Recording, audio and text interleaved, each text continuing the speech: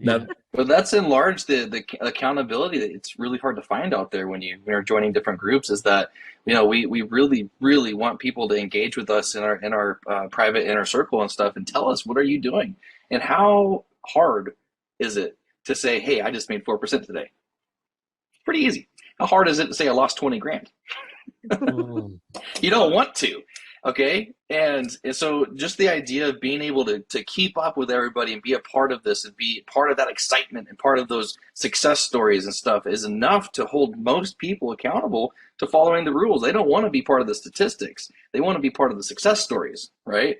And so Yeah. there's a lot of moving parts in here inside the program that kind of go overlooked. People think it's just a program that I watch some videos and learn how to trade. It's like, no, there's a lot of things that are kind of subliminal too. Just the idea of not wanting to embarrass yourself by saying I broke the rules and I lost my account. It's really quite remarkable how hard it is for me in a timely fashion to tell people about our program because it's not complex, it's not convoluted, it's very simple.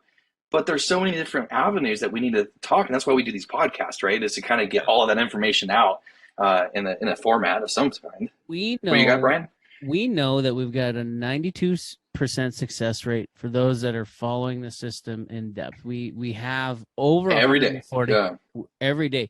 Over 140. How do we know that? Because we do a daily intake and our students actually submit. They admit, they submit, and they commit every single day. So they're on an accountability system. They're recording their trading sessions and they are admitting it and submitting it and committing it to their coaches. Okay. That's what's happening. Yeah. And there's not very many people, and we get emailed when people have a bad day. Okay. Yeah.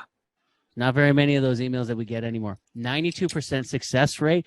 This past month, we had, I think, 3 consecutive weeks at 97% success rate. That has been the goal since day one, was to completely flip-flop the norm. It has happened within the last month. That's completely insane. Over 140 students. I think we're closer to 150, 160 right now. Across North America, in Europe, okay? We have 40 full-time traders in phase 2 and about roughly the same number moving into graduating into phase 2. And so that's huge because by this time next year, we're probably going to have about 80 to 100 full-time traders. Like this is like, how? So what are the secrets? How do some of the most successful entrepreneurs find the freedom that we all got into business for in the first place? How did they find the time, energy, and resources to launch and scale strong? And how do entrepreneurs like us align our time, money, and energy in a way that will allow us to reach what we set out to achieve? These are the key questions, and this community will give you the answers. Welcome to the Prosperity Movement. Welcome, everybody. Welcome to the Prosperity U podcast. Essentially, this is where us, the founders and the internal team of Prosperity Movement, we like to come together and just have a chat about certain topics. And we are kind of each taking turns picking a topic. So this week I picked the topic. Next week, Travis has the topic down. So that'll be a fun one. And so on and so forth. And we just kind of take turns so we can discuss some pretty hot topics. So this week, we're actually going to talk about risk.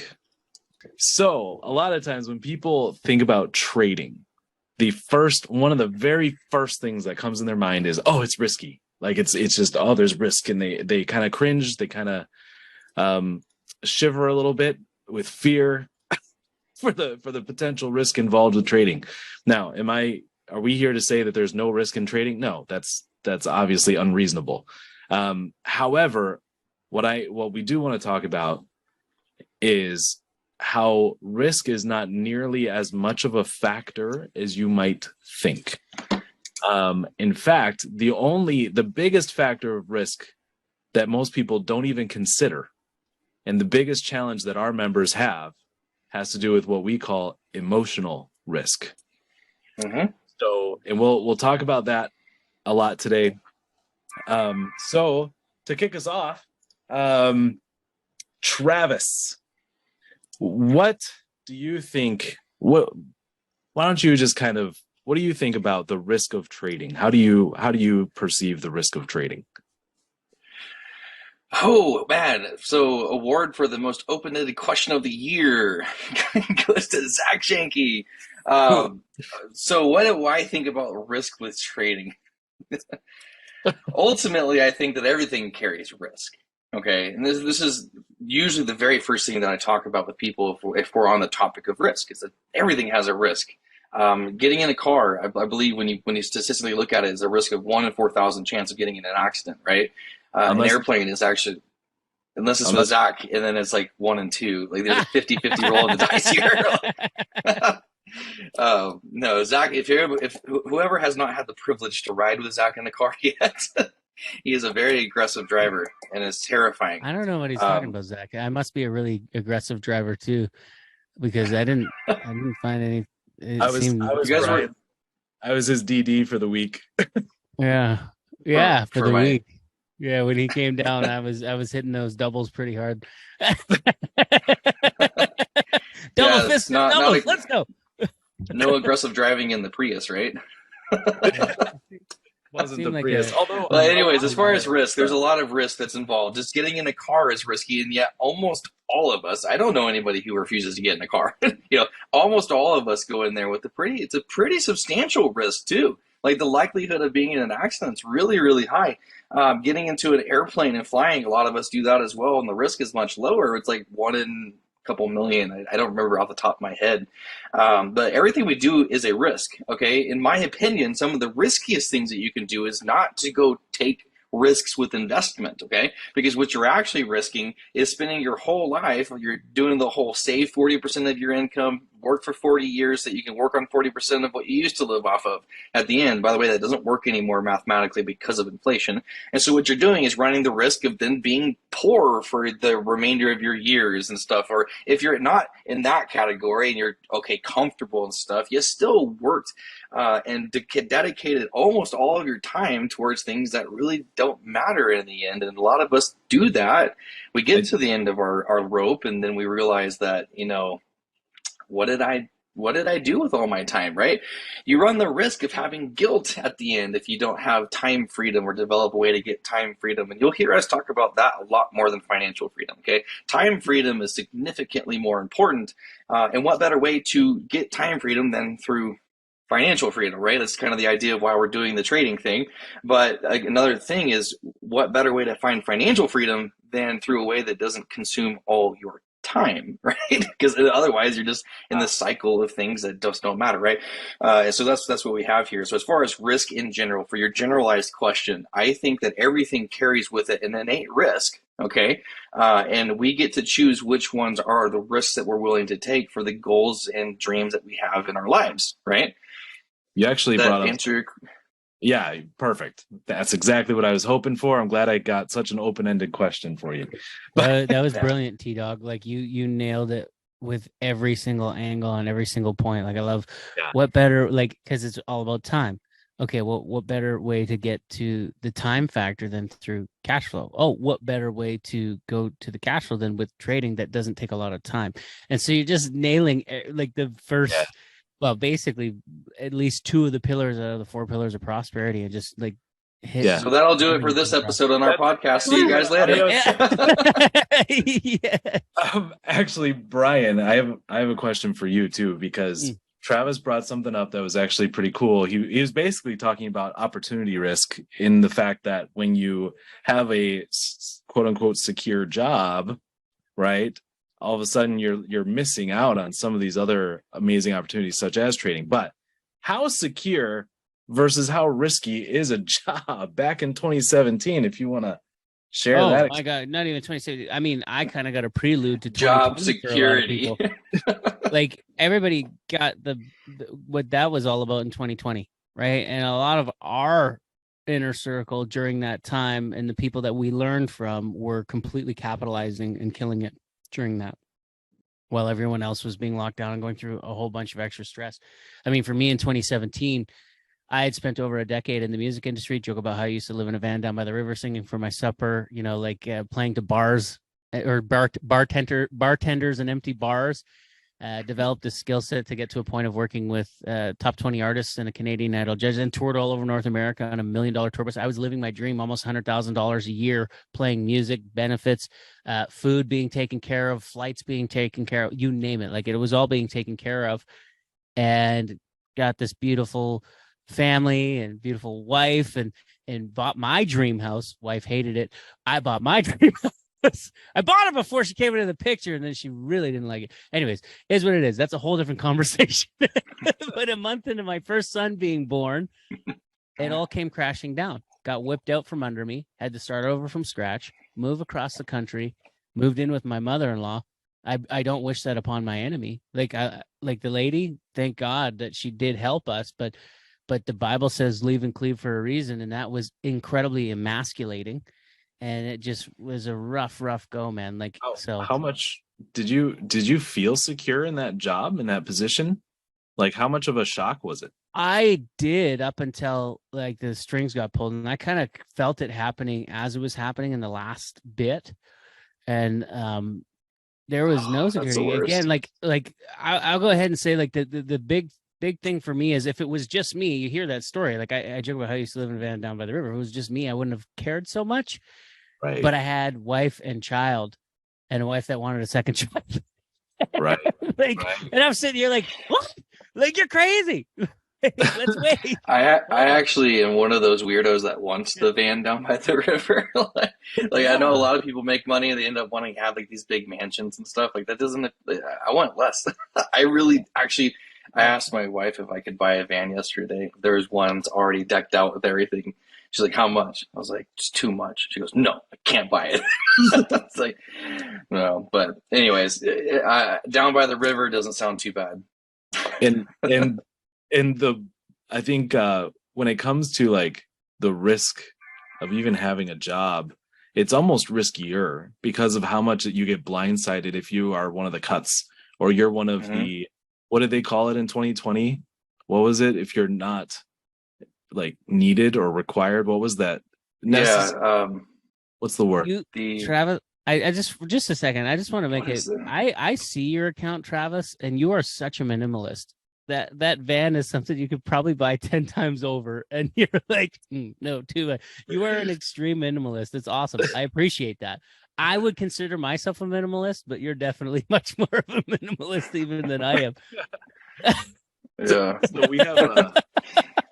we have a team member who's been on our team even since before Prosperity Movement. His name is Donald. And the interesting thing about Donald, he used to work at Best Buy for many years. He was one of the guys in, like, he would like restock everything and do the delivery stuff, everything in the back. So if you ever go to Best Buy, you see dudes with the black shirts. That's what Donald was doing for many years. And then because of COVID, he got let go. And now he's like, he didn't know what to do. He had a bit of a skill set in marketing. He definitely had more of a tech skill set as well. And that's where at the time, we were running our ad agency and I needed help. Right. And I'm like, non-essential. I just looked it up. Non-essentials. Thank you. Yeah. He was considered non-essential. And so we were able to get his help with our company at the time. And he is still with us today. Just loving working with us, and loves what he does. But that's best. Now he's essential. Here. Now he's essential. Oh yeah.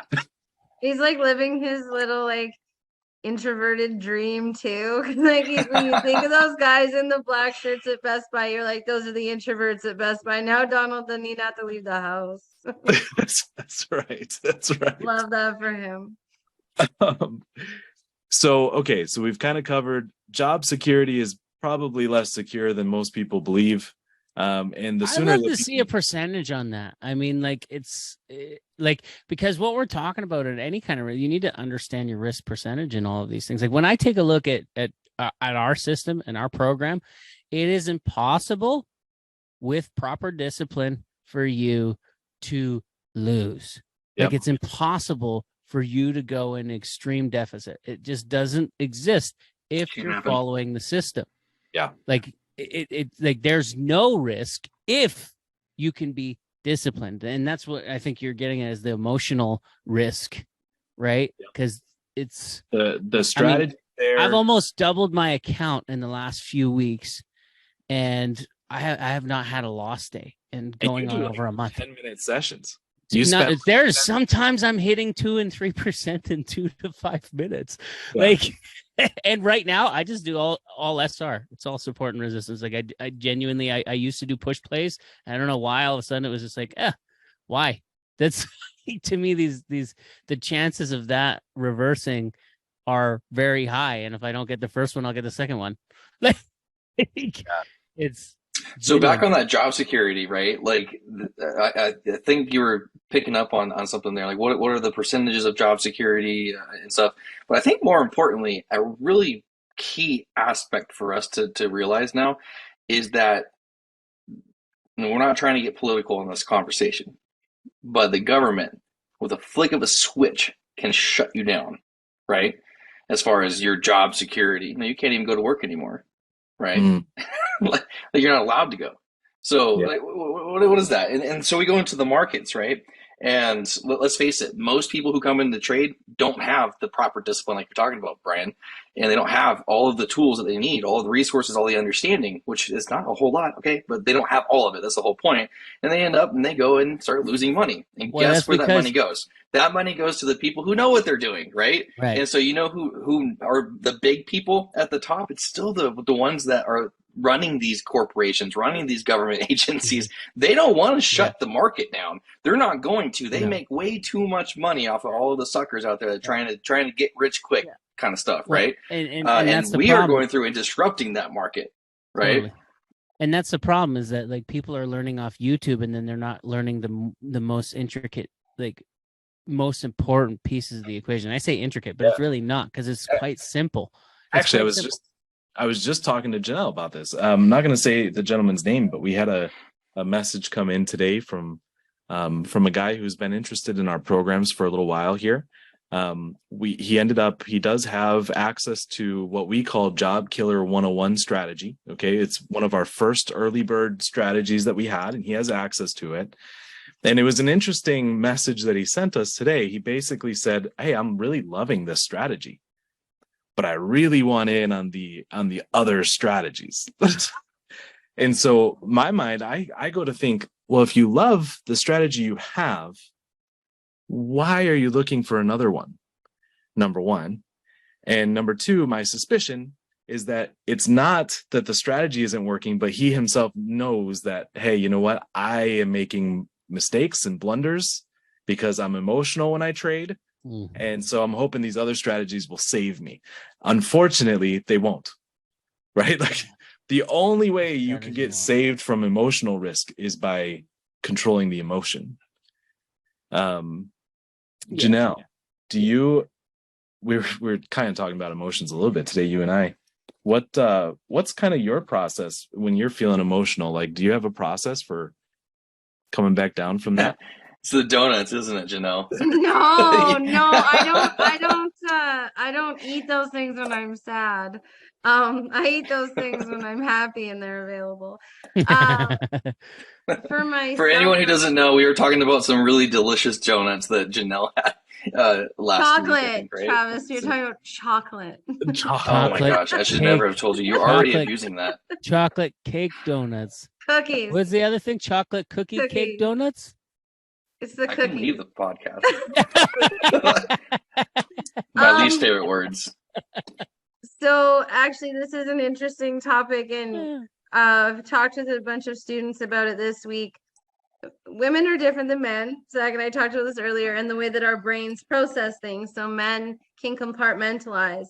You can say, this is happening, but right now I'm focused on this, and put that away. Women were like a 400 lane highway with construction and overpasses and underpasses and those like clover passes. I don't know. We got a lot going on up there, and we can't just stop all of that and move on to something else. But I like to utilize meditation, prayer, whatever you want to call it. And I have like a Zen space in my mind that I've worked up over the years. I practice outside of this, but now I'm trying to implement it for students to go there for like 5 minutes before they enter the market.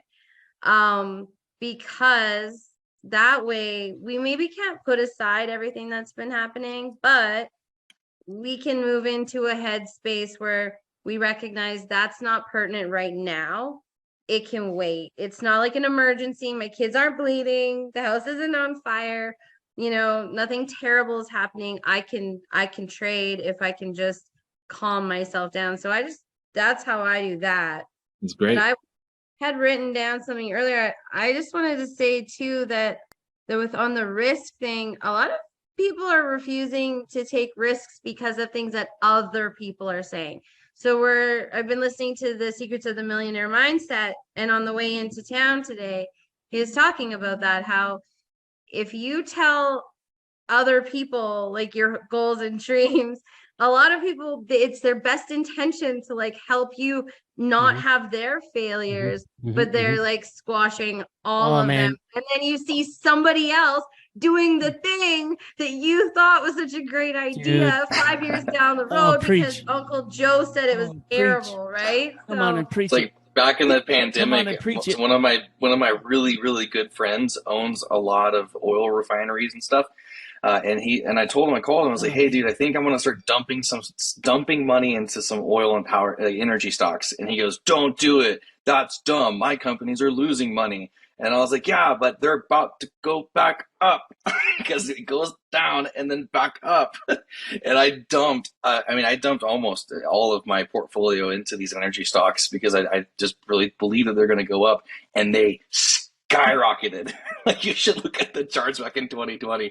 And I was like, oh, this is amazing. And I pulled out way too soon. I got a little bit nervous, but that's a prime example of not listening to everybody about, even with their good intentions of not wanting you to get hurt. Everyone, especially the people that you should listen to, probably shouldn't listen to them all the time. Right? Come on and preach. Seriously though, like, this topic is near and dear to my heart because like I'm not going to go into the details, but I'm literally going through it right now. Some of the people that you would think should be the most supportive in your life, as you become more successful, they tend to be an anchor and they try to pull you down, and they try to pull you down from everything that you're doing. And a lot of times it's for the people you love most, right? And those people should be on your team. What? I don't get that. Why? Like, because here's the thing.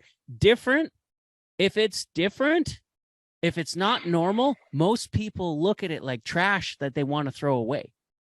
Yeah. And that is so, like, any type of disruptor, any type of, like, the ones that hit the top, that go the distance, are the ones making some serious decisions. And I'll tell you what, ladies and gentlemen, this is a whole different topic in and of itself, but I don't know if you knew this. Indecision is a decision in and of itself.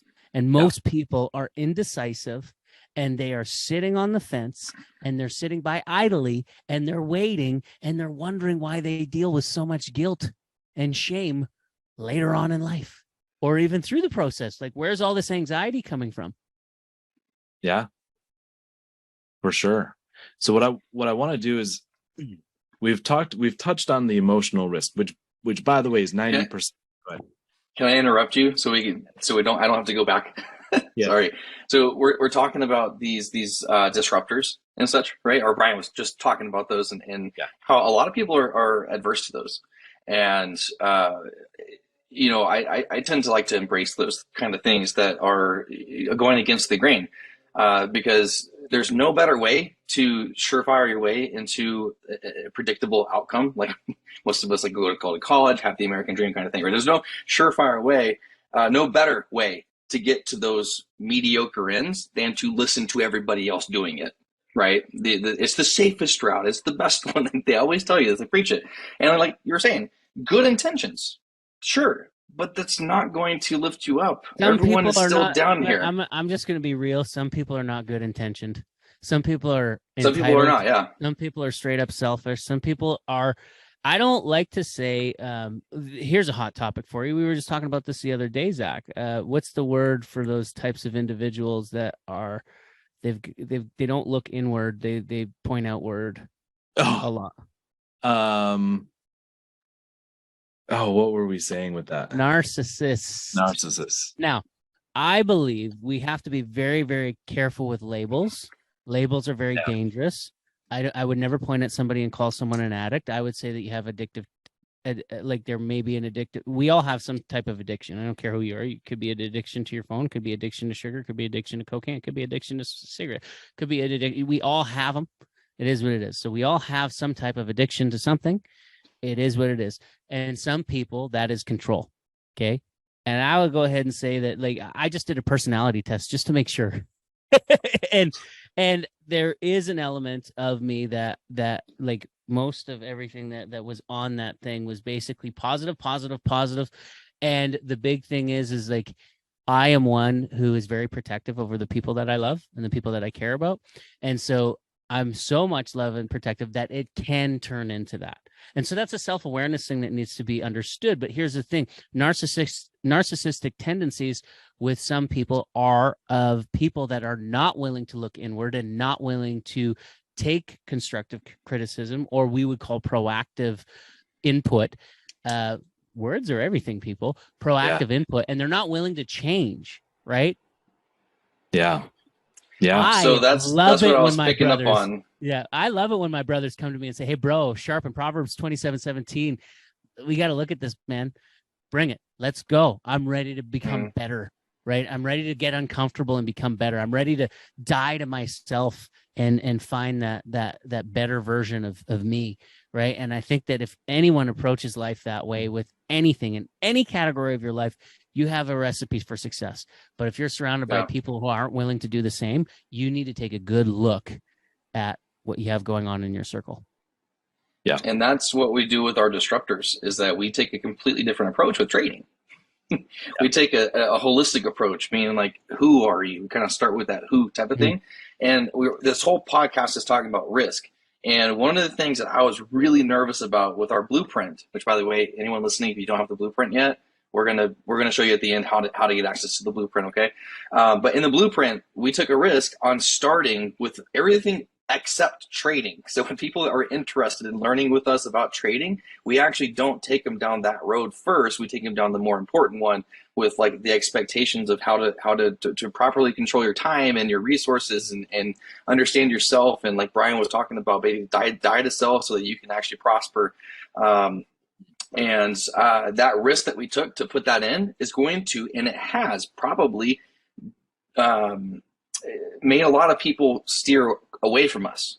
Okay. But the cool thing that it did is it made the right people come in more closer to us, and they're more interested in what we have to do and have to say. Right. And then there's a big difference though, from those who are interested to those who are committed. And so this is kind of a screening process too. And our disruptor is actually pushing people that are probably not going to ever be consistent with trading, pushing them away. And then we get to focus with the ones who are actually committed to the idea of learning.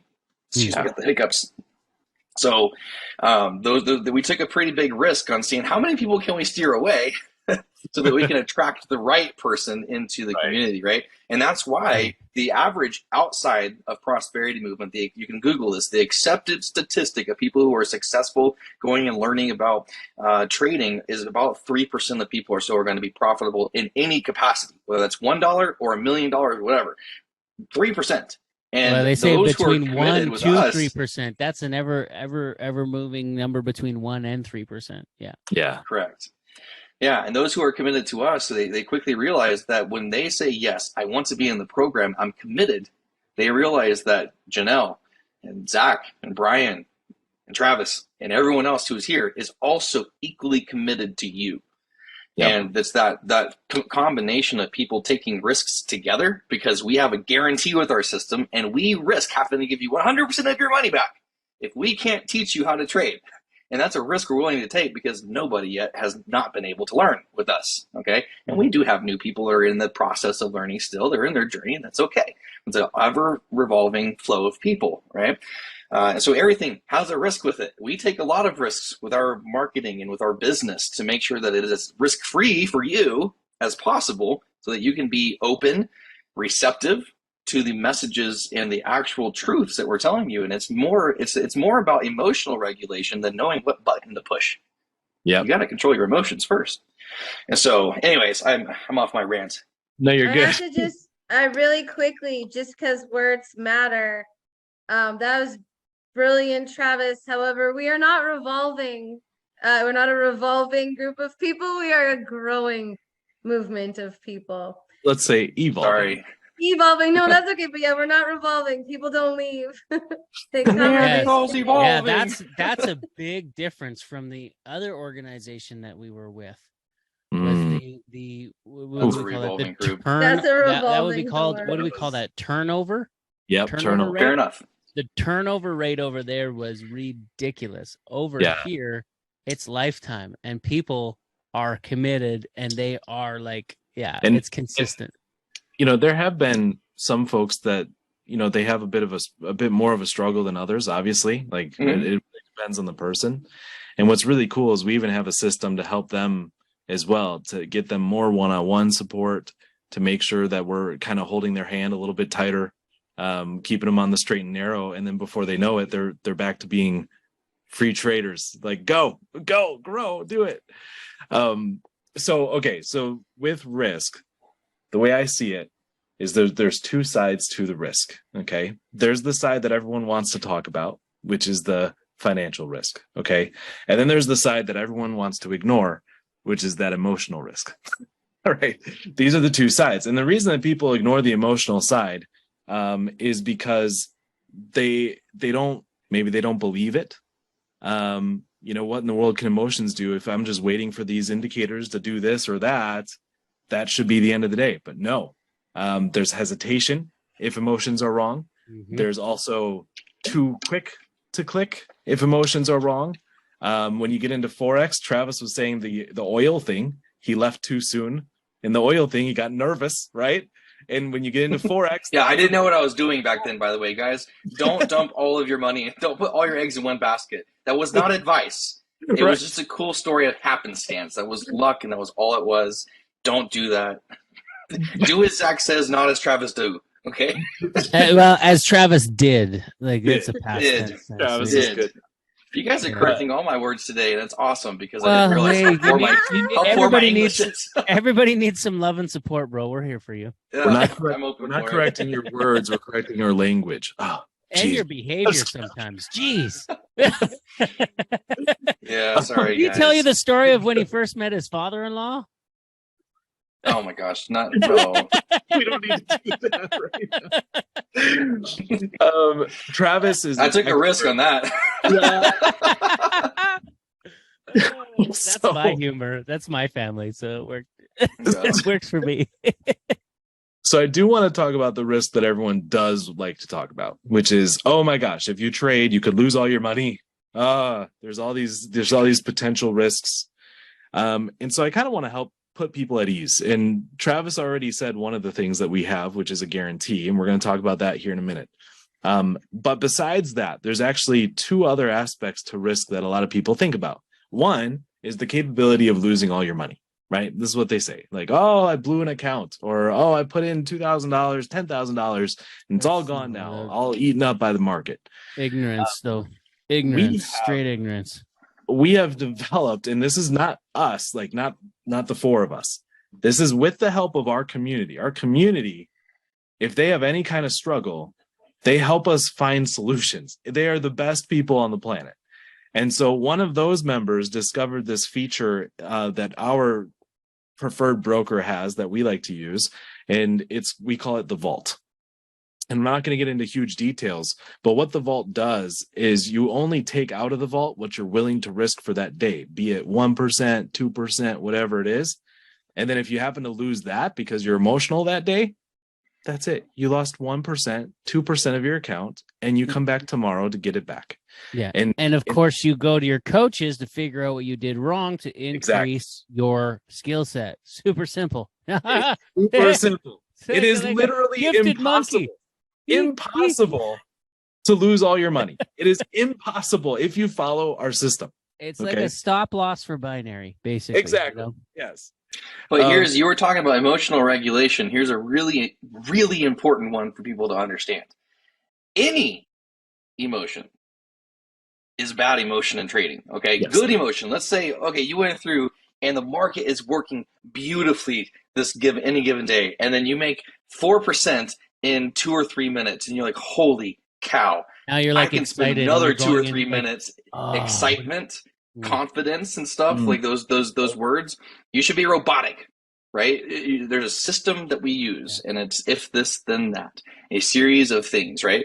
And so if you get excited and you're like, well, I can do another 4% in another few minutes and stuff, that is, my friend, called gambling, because you feel good and you feel like the market's going to continue to operate in the way that it just I have to did. correct And you that's again, not Travis. always the Gambling case. is not your friend. Sorry.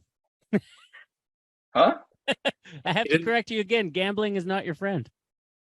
That's what he said. He said it's not your That's friend. the point. No, I Yeah. thought you said my friend called gambling. No. He's saying I see what you're saying. I'm saying gambling. Shut up, Brian. No. Okay, I'm addressing somebody. If you're listening right now, if you start doing those things, you're my friend still, but that's called gambling, and it's Oh, not gotcha, your friend. okay. So yeah, don't do that. If you get excited and you keep going, you're breaking one of our rules that we have. This is a very simple one: is once you reach your goal for the day, stop. You know Even what? if you feel good.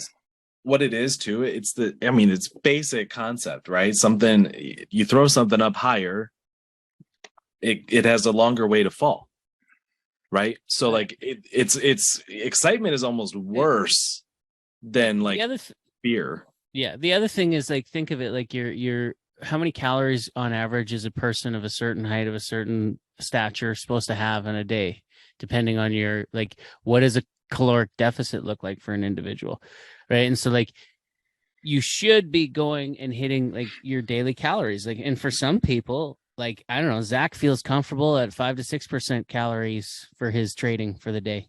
I don't. I feel good at 1 to 2%, and I also don't like doing it every day. I find if I do it every day, then that's when it can get out of hand. If I do it every second day, It's all right. I've got so much more control. I don't know why, but if I trade every second day, I feel like I've just like, oh, there it is. Yesterday, I didn't quite hit my percentage, but my kids came in the room and my mom came in the room. Everybody started coming in the room, and I was like, okay. I put in one more trade. I won it, and I was like, that's it. I'm done. This is it. Good. Carry on with life. Yeah. Like, obviously this isn't for right now. I'm good with it. And so, like, yeah, I don't know, there's something that, and I didn't always have that self-control. That came with experience. Yeah. Right. And that's something. There's certain elements that we can teach you in terms of discipline, but there are certain things that you're going to need to experience.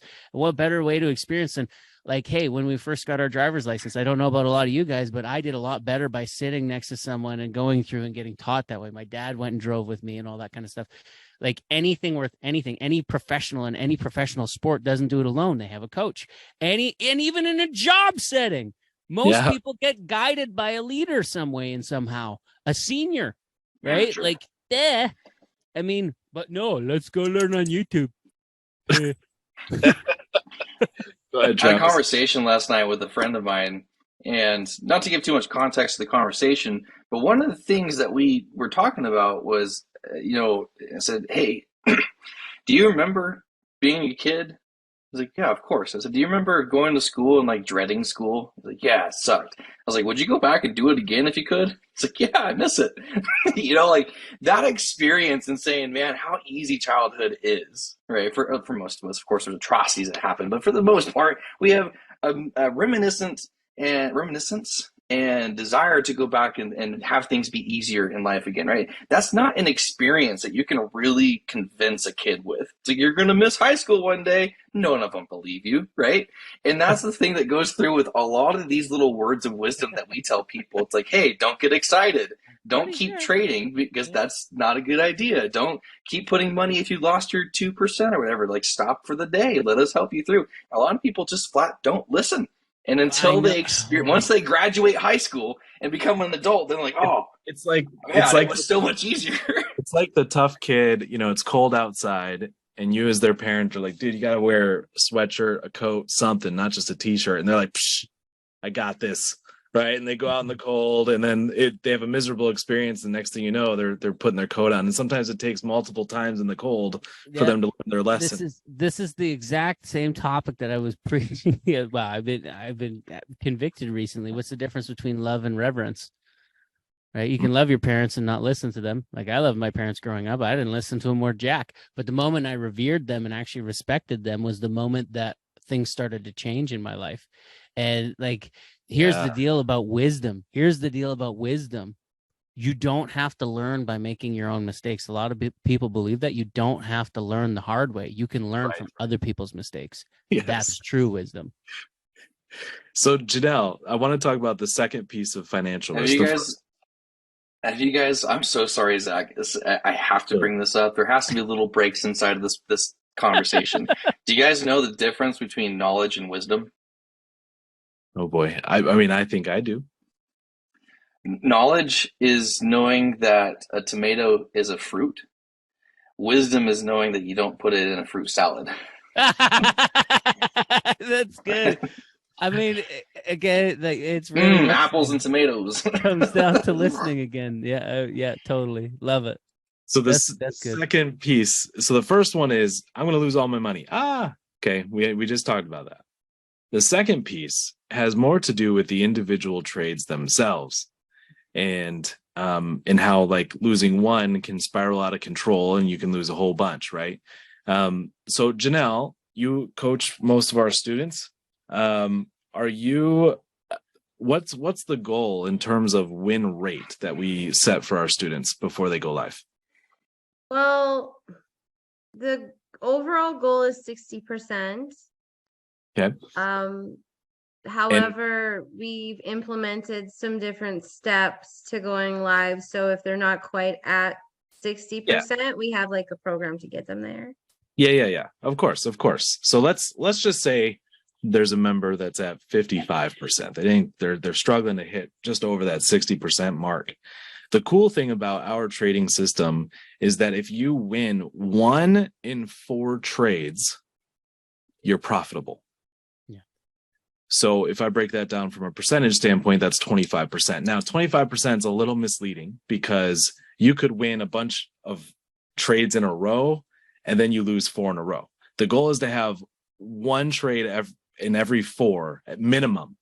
If 1 trade is a win, you will be profitable. And we tell our students to be at 60%.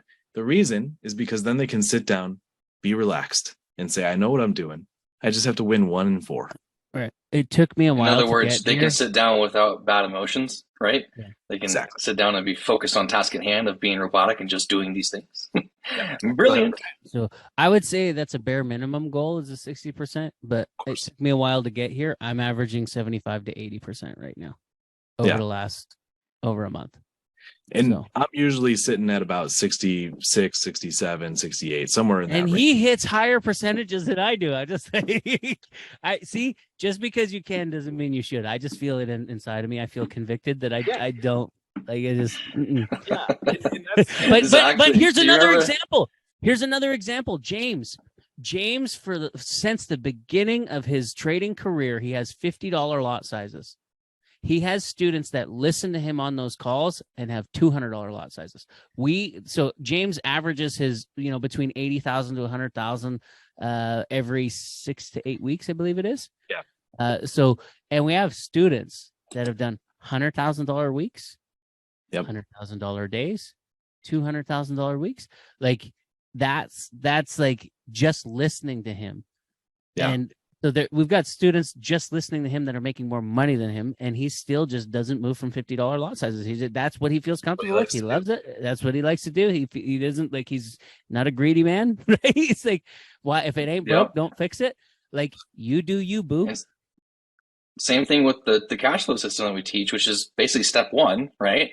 Is as your account balance grows, your risk can decrease. Yes. Not only are you getting more proficient, not only are you developing your skill and being more consistent with it, but you actually use less of your account because the more you have, the more it can compound on itself, right? So if you have $1,000 accounts, okay, 4% is $40, right? And if you have $100,000 account, then that's a lot larger amount of money. So you need less of it to make the same cash flow, right? So unless your cash flow needs or desires are growing as well, your risk also diminishes as your account balance grows. Like it gets to a point where I was like, okay, I could do 4%. For the last year, I've been able to do 4% consistently, but my account's so big. Why would I risk more? I don't need it. I don't want it. I'm going to do 1%. I'm going to do 0.5%. That's what James is doing. Why would I risk more when I'm already comfortable, confident, and consistent with my $50 lot sizes? There's no need for it. Yeah. Brian, go ahead and show. Have you guys seen this? Like, I love watching Paul's journey. Yeah, I was gonna say, did you guys see that in the chat? And then why not just pull it up on screen? I mean, Paul here, ladies and gentlemen, been a year since I started following the path. He says, just made my 5th consecutive mortgage payment on the back of about 80 minutes per week. Took 4 trades this morning, got them, and on my way to moving the goalpost a bit. This is a guy who, like, dude was in a big. I was position. So excited. Massive management position in a very high profile car dealership in Boston. He's quit that position. Okay. This dude is phenomenal. He averages 3 trades a day. Look, he said he quit. Yeah, he quit that job. Yeah. So, the first conversation, I remember the conversation with Paul because Paul was one of our OGs. Okay. With the new marketing that we were doing. And he was telling me, Travis, I have like this, I think he said 7-year exit strategy from this job. And I kind of chuckled and said, hey, you're not going to believe me, but I think that I can expedite that to a lot smaller than 7 years. And he's like, well, I believe you, but maybe it'll be like 2 to 3 year plan or something. I said, we can start there. And as you grow, we can adjust as we go forward. He's been with us for what, a little over a year now. So from 7 to 1 for his exit strategy to be fair, I'm shaking. He's paying his mortgage right now. He hasn't replaced the income that he had. He's a very responsible man. He's done very well and put in savings, right? However, listen to him. I'm moving the goalpost. Like, I'm just so fired up for him. He's having to do less and less trades because that account is getting larger and larger.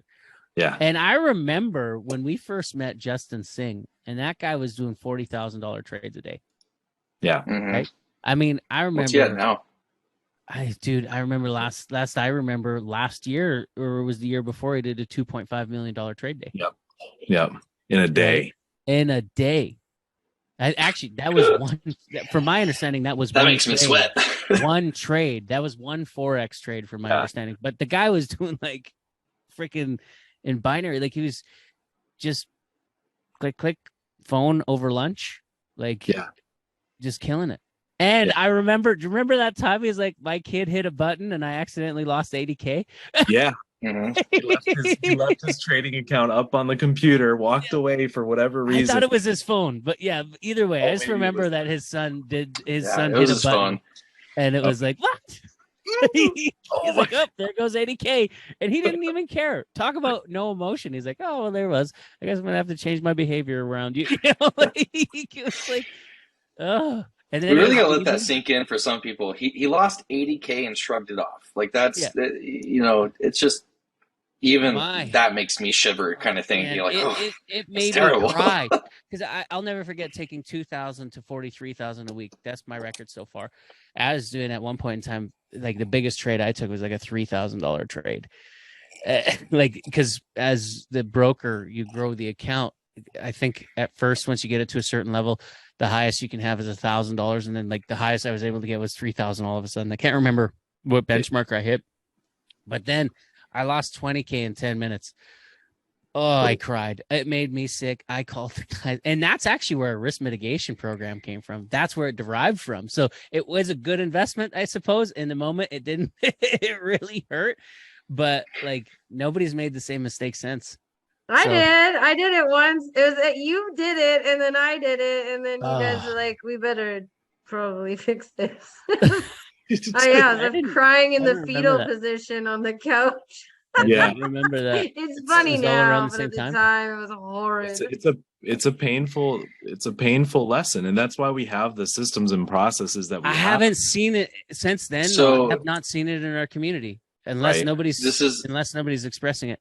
Go ahead. This is a vital way for us to distinguish between what you were mentioning earlier, Brian. You said you can learn from someone else's mistake. That's true Right. wisdom, is to learn from someone else's mistakes. And this right here, what we're talking about, like not blowing an account like that or losing a bunch of money like that, it's clearly not following the rules, right? No. And so there's I the wasn't. people who learn from experience, and then like I you're was mentioning, we have a getting lot that are excited. learning from Dude, our you experiences. take an account from $2,000 to $43,000 in a week. You start to feel like God. I'm going to be real with you. You start to like, I was like, woo! Like my masculinity went through the roof a little too much, a little too Andrew Tate. It went a little too far. Look, yeah, no, Janelle's like, like, Well, that's the ego part of Oh, it, my right? And ego it's that took pride, right and it over. was the Oh. embarrassment of having to admit that, like, because it was like the pedestal thing. I was like the golden child for a while, right? I was like Mhm. rocking it in our boot camp group, the like OGs. I was like doubled my account.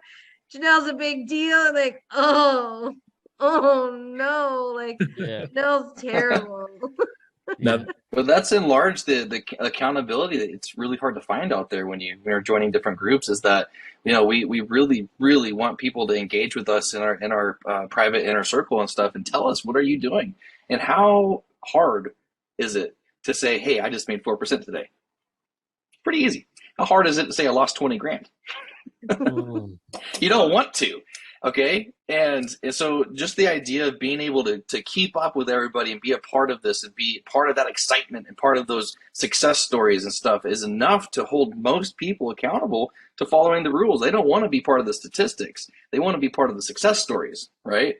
And so there's a lot of moving parts in here inside the program that kind of go overlooked. People think it's just a program that I watch some videos and learn how to trade. It's like, no, there's a lot of things that are kind of subliminal too. Just the idea of not wanting to embarrass yourself by saying I broke the rules and I lost my account. It's really quite remarkable how hard it is for me in a timely fashion to tell people about our program, because it's not complex, it's not convoluted, it's very simple. But there's so many different avenues that we need to talk, and that's why we do these podcasts, right? Is to kind of get all of that information out in a format of some kind. We know. What you got, Brian? We know that we've got a 92% success rate for those that are following the system in depth. We have over Every day. 140 Yeah. every day.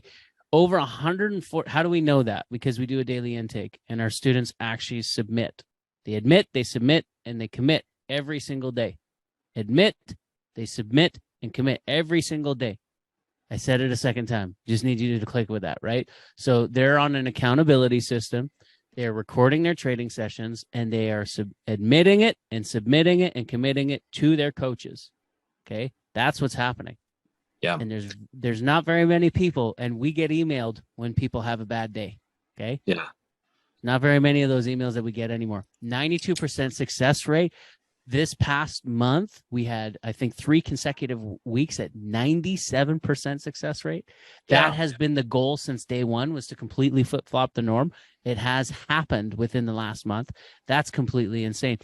Over 140 students. I think we're closer to 150, 160 right now across North America, in Europe. Okay. We have 40 full-time traders in phase 2 and about roughly the same number moving into graduating into phase 2. And so that's huge, because by this time next year, we're probably going to have about 80 to 100 full-time traders. Like this is like, how? I want to cover one more bit of risk. We've covered basically 3 elements of risk when it comes to actually doing the trading itself. We've covered the emotional risk, which is definitely the biggest factor. We've covered the thought of, I'm going to lose all my money. We cover that with the vault system. And then we covered a little bit about how you have to win 1 in 4 trades, and our traders are trading at least bare minimum 60%. So what about the tuition investment to be a part of the system and the community? What about that risk? Before we get into that, can I ask you a question? Yeah. So you're a very data-driven dude. And this is how we got to this point of being able to set the culture in such a form. And I know that Janelle has been seeing a massive like impact rush that has just happened since we've implemented this blueprint. And I don't know if we've actually got the numbers on that, but it would be really cool to see. But we're seeing people's success expedite. So we were getting success before, but now people are getting it faster because of this blueprint. Is there a way we can, in future calls, actually get some sort of numbers on what that looks like in comparison to before blueprint to after? Potentially, yeah. I really do believe we probably can. I'm thinking about ways to do that now. Yeah. Well, I'll make a note. Well, that's where we're going right now. We're talking about the blueprint. Because I mean, you continue now. I'll let you continue your thought track there. But yeah. So what about the risk of the actual tuition investment to be a part of our community, our systems, processes, coaches, mentorship, all that? Travis mentioned it a little bit ago. I don't know if you guys remember, we actually made a small tweak to that guarantee as well a month ago or so. And so I want to kind of reiterate what the guarantee is. Because this is how strongly we feel about it. And because we know without a shadow of a doubt, if you follow the system, you follow the processes, it is impossible for you to lose. Okay. Will you have a lost day every once in a while? Sure. That's part of trading, but it is impossible to go backwards on your account. Okay. After a year, if you are following the systems and processes for a year, we are guaranteeing that you will, at the bare minimum, increase your account by 100%, double the account. Now, fair disclosure, we always recommend you start with $500 to $1,000. Don't start with $5,000 in your account, okay? But within a year, bare minimum, 100% growth on your account if you follow our systems and processes. And if you don't, if you're hitting those numbers, you're not following the system. I'll tell you that right now. Sure. That is ridiculously low. Way higher. So, but we give you time to make mistakes, and we give you time to learn. So, because again, we were talking about learning from wisdom or learning from experience, right? And so we got to figure out who you are on that one, and we work with you through that time. And so, yes, all the disclosures there. But if you're at that point, you are not following the system. Yeah. Now, if you are following the system, and part of that system is what Brian said: you admit, you submit, and you commit. So we should see a submission from you every time, every day. And if you follow that system, and at the end of the year, for whatever reason, you're not at 100% growth, you're unhappy with the result, not only will we pay you back in full the tuition investment, but we will also cover any losses that you experienced along the way during that year.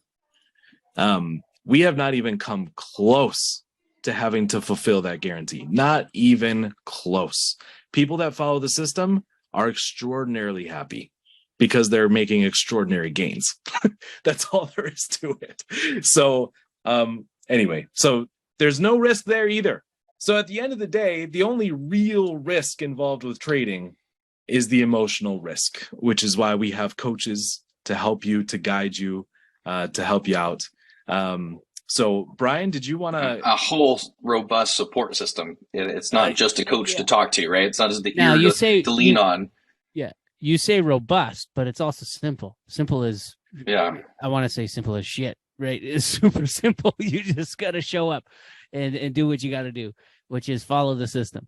Super simple, okay? And it's step by step. Not necessarily easy because, hey, it's simple for me to track my macros and put it in MyFitnessPal every single day. It's simple for me to it was simple for me to go for a jog and run around the track this morning. Simple for me to do my exercises. Simple for me to eat the proper foods.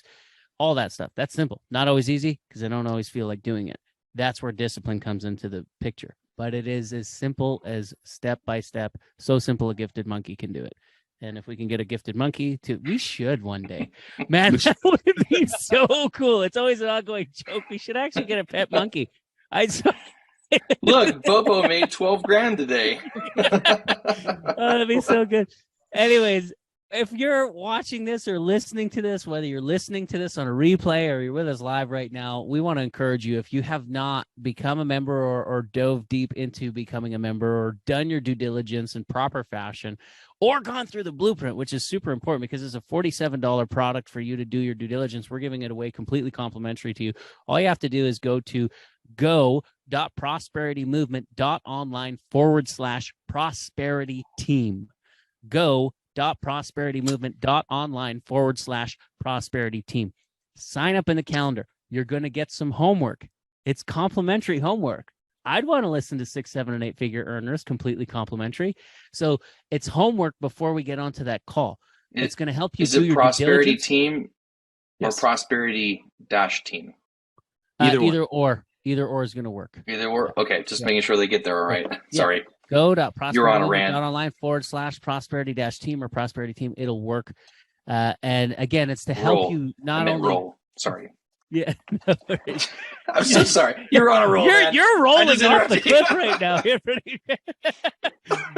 It's not only to help you do your due diligence, it's to prepare you. The chances are, if you get through that 3 hours worth of material, which you can watch at 2x speed, it's going to increase your chances of even being that much more successful on top of that guarantee. So, no, I love it, Travis. Absolutely love it. He's chatting with me now. I'm so sorry. Joe Biden. Pulled a Joe Biden. What is going on here? I meant to say you're on a roll, and I accidentally said you're on a rant. I was like, oh, that's so negative. That's not what I meant. Like, It's all good. It's all good. You sound great, man. Keep going. Appreciate you, man. Appreciate you. So again, head over to go.prosperitymovement.online/prosperity team. Get moving and grooving. Indecision is a decision in and of itself. Take action now before another government. Like, I don't know if you guys knew this. One last thing. In Canada, I sent you guys a thing about the thing that they got, like media now, news articles and stuff. We in Canada can't share that stuff on social media anymore. Yeah. That's a power play with our government that it shouldn't make That's anybody feel rough. very comfortable at all. So, Well, and I'm joke's not saying on that for them because I'm I've not been getting s- all my news from memes for the last 3.5 years now. So yeah. There you go. yeah. But point is like, don't wait for another big power move by the powers that be. We're going to be talking a lot more about, roles of, especially, I'm just going to cut it off right now. But the point is leadership needs to rise right now in other areas outside of government. They're supposed to fear us, not the other way around. And so again, we don't like to get political. We're not ones to jump in a van or a truck and go across country to go piss on Trudeau's lawn. I go do it at the Twisted Lizard and Carstairs because they got his face in the urinals, and so that makes me feel good every week.